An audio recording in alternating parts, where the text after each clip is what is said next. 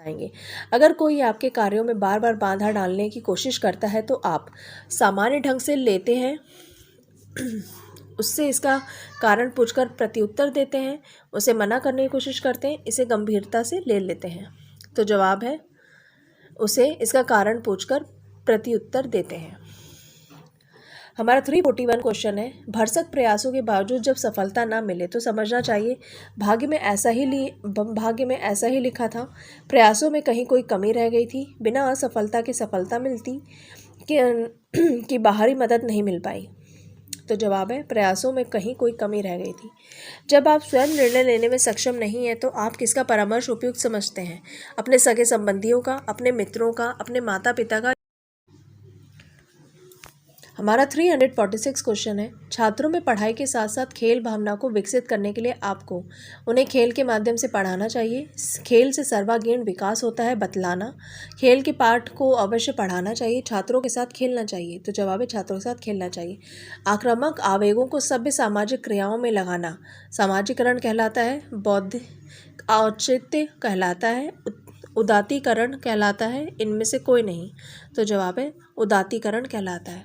पाठशाला जिस समुदाय के बच्चों के लिए होती है उसकी आवश्यकता के अनुरूप ही पाठशाला की पाठ्य चर्चा होनी चाहिए, शिक्षा का स्तर होना चाहिए, शिक्षण विधि होनी चाहिए, इमारत होनी चाहिए। जवाब है पाठ्य चर्चा होनी चाहिए।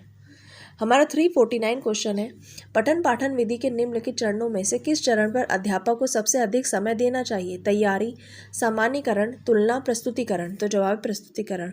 कक्षा शिक्षण की विश्लेषणात्मक विधि के अधीन छात्र अज्ञात से ज्ञात की ओर बढ़ता है, दो ज्ञात तथ्यों की तुलना करता है, दो ज्ञात तथ्यों का विश्लेषण करता है, ज्ञात से अज्ञात की ओर बढ़ता है। तो जवाब है ज्ञात से अज्ञात की ओर बढ़ता है। हमारा 351 क्वेश्चन है, कक्षा शिक्षण की संश्लेषणात्मक विधि के अधीन छात्र अज्ञात से ज्ञात की ओर बढ़ता है, ज्ञात से अज्ञात की ओर बढ़ता है, तर्क शक्ति का पूरा प्रयोग करता है, सक्रिय भागीदार बन पाता है। तो जवाब है ज्ञात से अज्ञात की ओर बढ़ता है। शिक्षा के क्षेत्र में रूसों के योगदान महत्वपूर्ण है। निम्नलिखित में से कौन सा योगदान उसका नहीं है?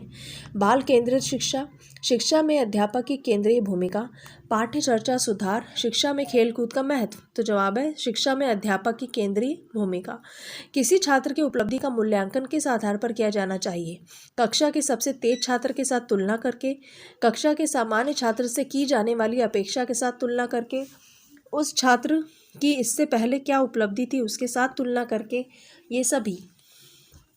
तो जवाब है ये सभी। हमारा 354 क्वेश्चन है, मानसिक दृष्टि से पिछड़े बच्चे आमतौर से अधिक संवेदनशील होते हैं, अनुशासनहीन होते हैं, शक्तिशाली होते हैं, निष्ठावान होते हैं। तो जवाब है संवेदनशील होते हैं। यदि स्कूल में बच्चों की वाद विवाद